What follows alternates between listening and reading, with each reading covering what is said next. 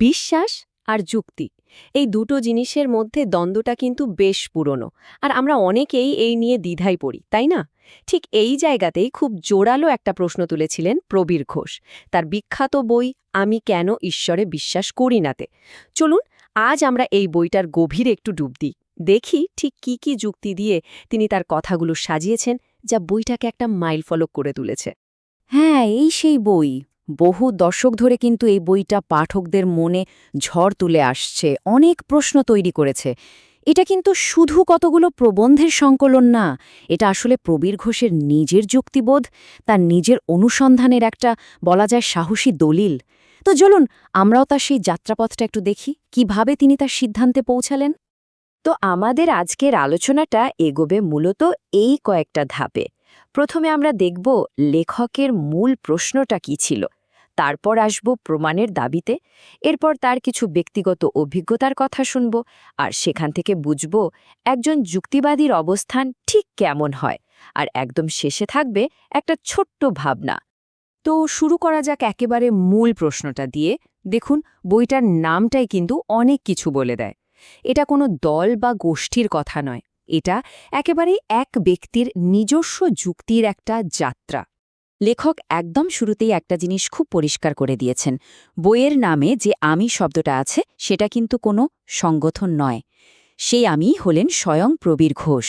মানে তার প্রত্যেকটা যুক্তি, তার সব সিদ্ধান্ত, সবটাই এসেছে তার নিজের ব্যক্তিগত অভিজ্ঞতা আর বিশ্লেষণ থেকে। আচ্ছা, লেখকের ব্যক্তিগত জায়গাটা তো বোঝা গেল। এবার চলুন দেখি তার যুক্তির মূল ভিত্তিটা কি, আর সেটা হলো প্রমাণের দাবি। বলতে গেলে এটাই তার পুরো দর্শনের একেবারে কেন্দ্রবিন্দুতে রয়েছে। ঈশ্বর আছেন? আচ্ছা, তার প্রমাণ কি? এই একটা প্রশ্নই প্রবীর ঘোষ যেন তার পুরো বই জুড়ে বারবার ছুড়ে দিয়েছেন। যে কোনো ধরনের অলৌকিক দাবি বা ধরুন ঐশ্বরিক ক্ষমতার কথা, সবকিছুকে তিনি এই একটাই কষ্টিপাথরে যাচাই করেন। তার কথা একদম সোজা, বিশ্বাস তো করব, কিন্তু তার আগে প্রমাণটা কোথায়? এখন প্রশ্ন হল, প্রমাণ বলতে লেখক ঠিক কি বোঝাচ্ছেন, মানে কোনটা প্রমাণ আর কোনটা নয়। তিনি কিন্তু কয়েকটা স্পষ্ট মাপকাঠি দিয়ে দিয়েছেন।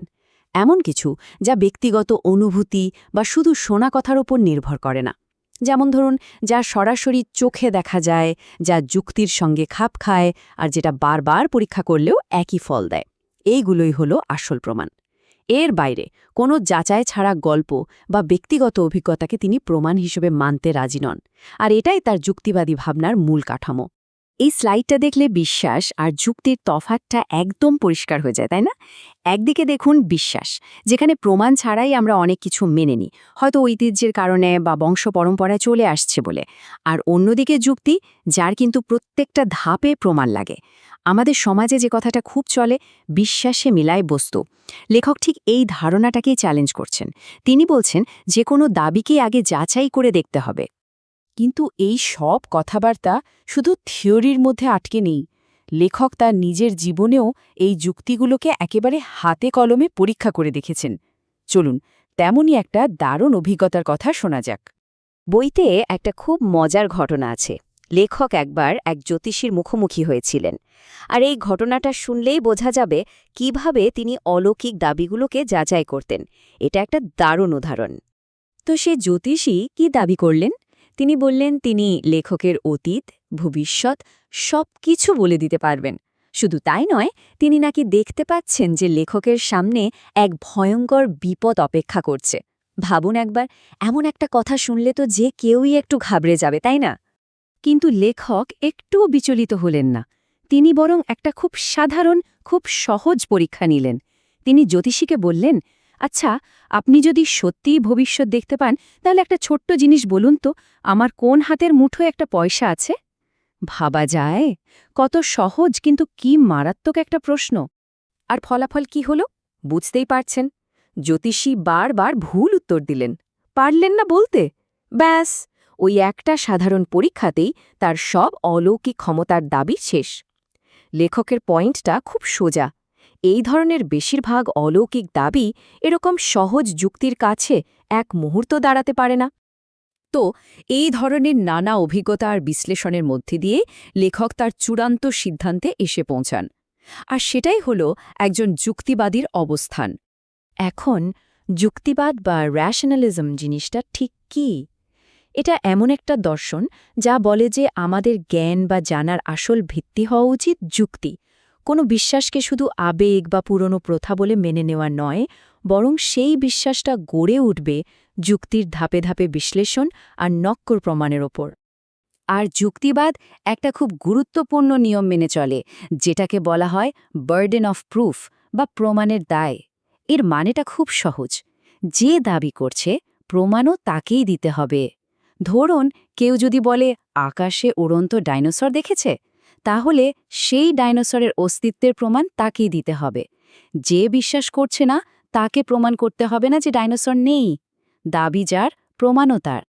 লেখকের এই কথাটা শুনুন, এটা যেন তার পুরো দর্শনের সার কথা। তিনি বলছেন, প্রমাণ ছাড়া কিছু মেনে নেওয়া মানে হল একরকম নিজেকেই ঠকানো। আর যখন তিনি নিজের চোখে দেখেছেন যে তথাকথিত বাবা আর জ্যোতিষীদের দাবিগুলো কিভাবে ভেঙে পড়ছে, তখন ঈশ্বরে তার অবিশ্বাসটা আরও মজবুত হয়েছে। তো আমরা আলোচনার প্রায় শেষ পর্যায়ে চলে এসেছি। চলুন সব মিলিয়ে লেখকের মূল বার্তাটা নিয়ে একবার ভাবা যাক। প্রবীর ঘোষের কাছ থেকে আমরা যে মূল বিষয়টা বুঝতে পারি তা হল, ঈশ্বরে অবিশ্বাস করাটা কোনো আবেগী সিদ্ধান্ত নয়, বা এটা কোনো জেদ থেকেও আসে না। এটা আসলে যুক্তি আর প্রমাণের প্রতি সৎ থাকার একটা যৌক্তিক ফল। শেষ পর্যন্ত প্রবীর ঘোষের এই বইটা শুধু ঈশ্বরের অস্তিত্বের মধ্যেই সীমাবদ্ধ থাকে না, এটা আসলে আমাদের সবার সামনে একটা বড় আয়না তুলে ধরে। প্রশ্নটা হলো, শুধু ঈশ্বর নয়, আমরা জীবনে যা কিছুই বিশ্বাস করি বা সত্যি বলে মেনে নিই, তার পেছনে কতটা প্রমাণ আছে? আমাদের সেই বিশ্বাসের ভিত্তিটা আসলে কি, যুক্তি নাকি নিছকই আবেগ?